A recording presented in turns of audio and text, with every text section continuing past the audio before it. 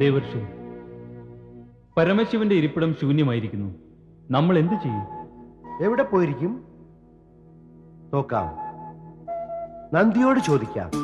നാരായണ നാരായണ നാരായണ, ശ്രീമൻ നാരായണ നാരായണ നാരായണ.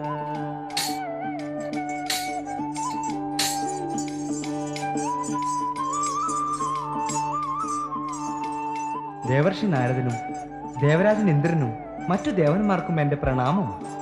മംഗളം ഭവ. മംഗളം നന്ദി. മംഗളം ഭവ. നന്ദി, പരമേശ്വരൻ എവിടെ? എവിടെ പോയെന്നറിയില്ല. ഇതുവരെ ധ്യാനസമാധിയിലായിരുന്നു. പെട്ടെന്ന് അദർശനായി. പക്ഷെ അദൃശ്യനായി എങ്ങു പോയിരിക്കും? എപ്പോൾ തിരിച്ചു വരും? ഈ വിഷയത്തെക്കുറിച്ച് ആധികാരികമായി ഒന്നും പറയാനാകില്ല. അപ്പോൾ അനധികാരികമായി പറയാമല്ലോ. അങ്ങ് പരിഹസിക്കുകയാണോ ദേവർഷേ? അനീതിയും അന്യായവും ചെയ്തില്ലല്ലോ, പരിഹസിക്കുകയല്ലേ ചെയ്തുള്ളൂ. അപ്പോൾ എന്തു ചെയ്യും ദേവർഷി? എല്ലാം വിധിയുടെ വിധാനം അനുസരിച്ച് നടക്കും. എന്താണ് വിധിയുടെ വിധാനം? അതിന്റെ ജ്ഞാനം ലഭിച്ചാൽ പിന്നെ എന്താണ് അവശേഷിക്കുക ദേവരാജ? വിധിയുടെയും വിധാനത്തിന്റെയും മഹത്വം തന്നെ നഷ്ടമായി പോകില്ലേ? അപ്പോൾ നാം പരമേശ്വരനെ പ്രതീക്ഷിച്ചിരിക്കണം. എത്ര സമയം പ്രതീക്ഷിക്കണം? എപ്പോൾ വരുമെന്ന് അറിയില്ല. എനിക്ക് ദേവന്റെ ദർശന ഭാഗ്യം നഷ്ടമായി. നഷ്ടമായത് ഞങ്ങൾക്കാണ്. എനിക്ക് തോന്നുന്നു ദേവരാജ, നമ്മൾ ഇവിടെ വരുന്നതിന് മുൻപേ ഭഗവാൻ പരമശിവന് നമ്മൾ വരുന്നു എന്ന വിവരം ലഭിച്ചിരിക്കണം. അതിനാൽ നമുക്ക് ദർശനം നൽകുന്നതിന് മുൻപ് തന്നെ അദൃശ്യനായി തീർന്നു. ഞാൻ ഇവിടെ തനിയെ വന്നിരുന്നുവെങ്കിൽ ദർശനം ലഭിക്കുമായിരുന്നു. നിങ്ങൾ കാരണം എനിക്കത് നഷ്ടമായി. അതായത് അദ്ദേഹം ഞങ്ങളോട് കോപിഷ്ഠനാണ്. അതെ, അദൃശ്യനായതിന്റെ അർത്ഥം അതുതന്നെ. പക്ഷേ അതിന് എന്തായിരിക്കും കാരണം ദേവർഷി? ദേവരാജൻ, സർവ കാരണങ്ങളും കാര്യവും മാർഗവും ഞാൻ വിവരിച്ചു കൊണ്ടിരുന്നാൽ ഇനി അങ്ങ് എന്തു ചെയ്യും? അതിലും നന്നായിരിക്കുക അങ്ങയുടെ സ്വർഗസിംഹാസനം എനിക്ക് തന്നേക്കൂ.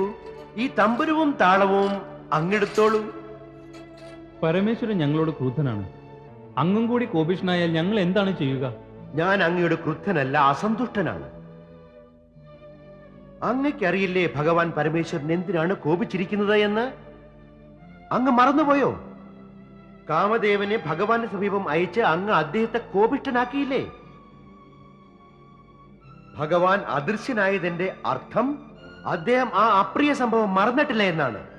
അതിനാൽ അങ്ങയോട് അധികം കോപിച്ചിരിക്കണം. അപ്പോൾ ഇനി ഞങ്ങൾ എന്തു ചെയ്യണം? എന്ത് ചെയ്യണമെന്നോ? സൂക്ഷിച്ചിരിക്കണം ദേവരാജ.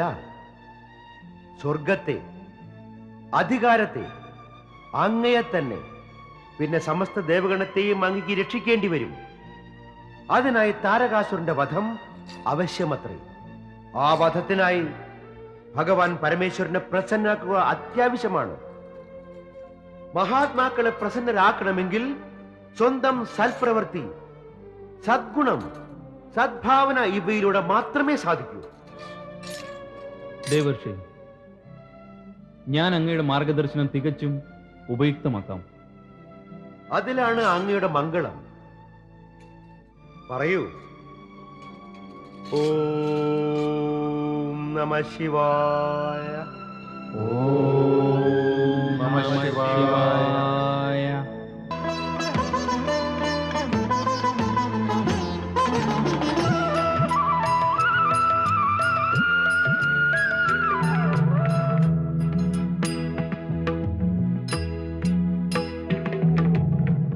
ഇരവും പകലും അനുക്ഷണം ഓരോ ശ്വാസവും ജപമുറയായി